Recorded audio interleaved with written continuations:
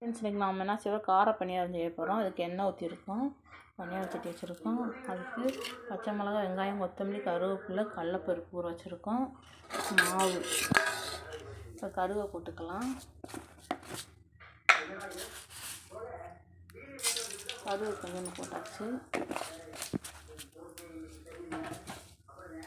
போட்டு வச்சுக்கலாம்.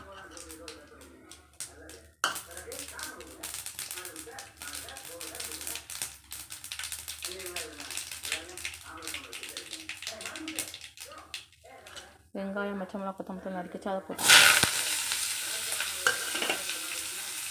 வதங்குது. இதை கடலைப்பருப்பு கொட்டிக்கலாம்.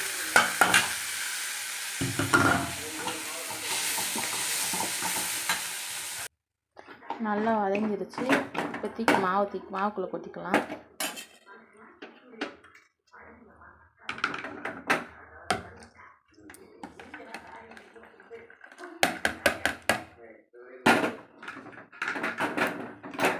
கலந்துக்கலாம்.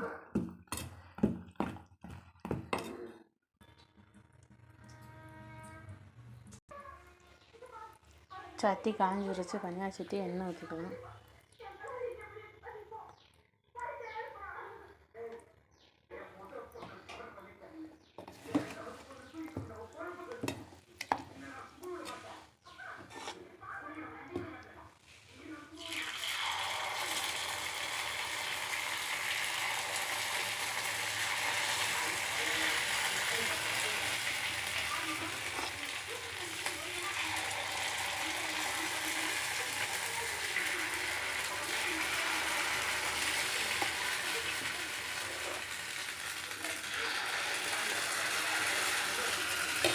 ஊற்றி வச்சு மூடி வச்சிடலாம். வெந்துருச்சு பணியாரம். திருப்பிட்டுக்கலாம்.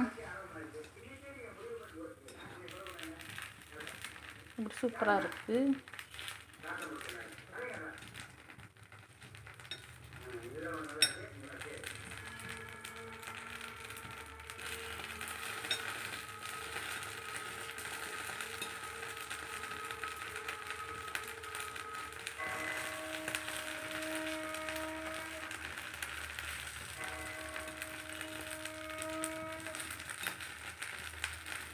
திருப்பிட்டாச்சு.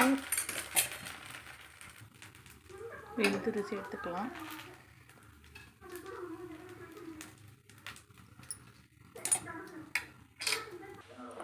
காரப்படியாக ரெடி ஆயிடுச்சு. பாருங்கள், அவ்வளோ சூப்பராக இருக்குங்க. எப்படி சாஃப்டாக இருக்குன்னு. நல்லா பஞ்சு போல் இருக்குது. எதுவுமே போல் வெறும் பச்சரிசி, புழுங்கரிசி, வெந்தயம், தக்காளி சட்னி, தேங்காய் சட்னி அவ்வளோ சூப்பராக இருக்கும். பாருங்கள், உங்கள் வீட்லேயும் செஞ்சு பாருங்கள். செஞ்சு பார்த்துட்டு லைக் போடுங்க, ஷேர் பண்ணுங்கள். ஈஸியான மெத்தடு தான் கார பணியாரம். இங்கே பாருங்கள், பிச்சு கூட காமிக்கிறேன். பாருங்கள் எவ்வளோ சூப்பராக இருக்குன்னு.